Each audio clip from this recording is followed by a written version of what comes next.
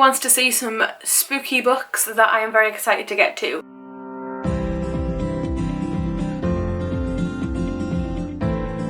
Hello everyone, it's Rebecca here and welcome back to my channel. If you're new here, hi, how you doing? Today I'm sharing some spooky books that I really want to get to. If you can see something reflecting in my glasses, I do apologise. I have this little ring light thing that I got. It's not really a ring light, it's a spotlight that I got from Waterstones and it's reflecting in my glasses. It's annoying me, so I'll probably take these off at some point because it's annoying me. So we're just going to do that now. And now I'm blind as a bat, so if I go out of focus, I have no idea whether that's the case. Guess I'll find out when I edit this. So editing Rebecca, have fun with this video. So like I said, today I'm sharing some spooky books that I'm really excited to get to. I have 5 here to share with you today. So without further ado, let's get into them. So the first one I have is the one that I'm probably the most excited for, and that is my best friend's Exorcism by Grady Hendrix. This one I picked up most recently out of the stack. I got this one at the start of October, yeah. So at the time of filming this, it's like the 23rd of October, so look at me being really excited for a book that I just bought and I really want to read it. So this one follows 2 best friends, Abby and Gretchen. All I know is that one night after, you know, being typical teenagers and with an 80s feel to it, typical teenagers in the 80s, skinny dipping, drinking, all that kind of stuff, maybe a Ouija board, things go wrong. So basically one of the friends ends up becoming possessed and we see the friendship, the changes in the friendship, and will their friendship survive? I do think this is like a comedy horror, so it's not really spooky, but I do think that it is going to be a good read, and I've heard from a lot of people that it is actually quite creepy, so there's that. This is where some freaky shit will probably happen to that book behind me, won't it? Next up we have Soul Kill Girls by Claire Legrand. I read Wilder Girls by Rory Power earlier on this year and really enjoyed it, and when I found out that this is basically for fans of that book, I was sold. So this follows 3 girls who don't really belong together from what I can tell, and they're kind of thrust together in this world where there is an island called Soul Kill Rock.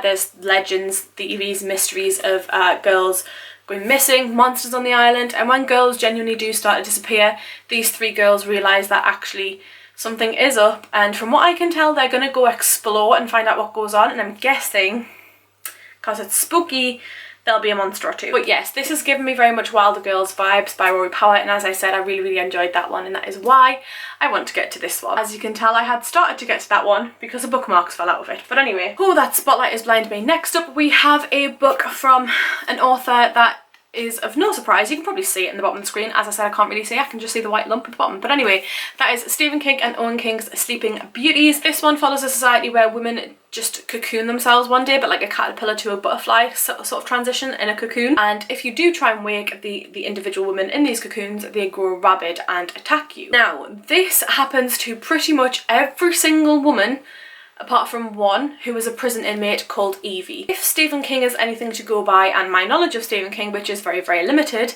I'm imagining this being batshit crazy. I read The Fireman by Joe Hill earlier on this year, and I liked the apocalyptic style situation with the fireman, and I think this will follow a similar line but creepier, and to be honest, I'm more excited for this than half the books on here, to be fair. I mean, it is a close second to my best friend's Exorcism, but this one I'm really excited about. I know that Stephen King in the past has not written women well at all in his stories. I've heard that he writes women really badly, but I like the female protagonist who has some sort of special kind of like aura about them that stops them being afflicted by whatever else is going on in the world. In this case, Evie, who will not become rabid, I'm guessing. I don't know. I'm totally winging it at this point, can you tell? On a similar vein to Stephen King, we have Nosferatu by Joe Hill. This one I have been keeping for Christmas time because my friend Vanessa, if you know her, it's Wonderness. If you don't, it's Wonderness. You need to see her channel. Vanessa read this and she said she wished she'd realised that it was set Christmas time because she would have picked it up in the wintry season. So I'm particularly keeping it for that point in time. So this one follows a young girl called Victoria McQueen who for some reason has this special ability to be able to go and do whatever she wants. She just has to think of it and she's there. We also follow a man named Charlie Manx, not Charlie Marks. That's something different. We follow Charlie Manx, who also has this special ability, and it's something to do with this car, hence the Nosferatu plate, reg plate, but he basically kidnaps kids girls in particular and kills them, from what I understand, all apart from one, which is Victoria McQueen. I'm intrigued. After picking up The Fireman, I know I've literally just said this book, but after picking up The Fireman earlier on this year, I did really enjoy Joe Hill's writing style, and from what I've heard, that's not his strongest book either.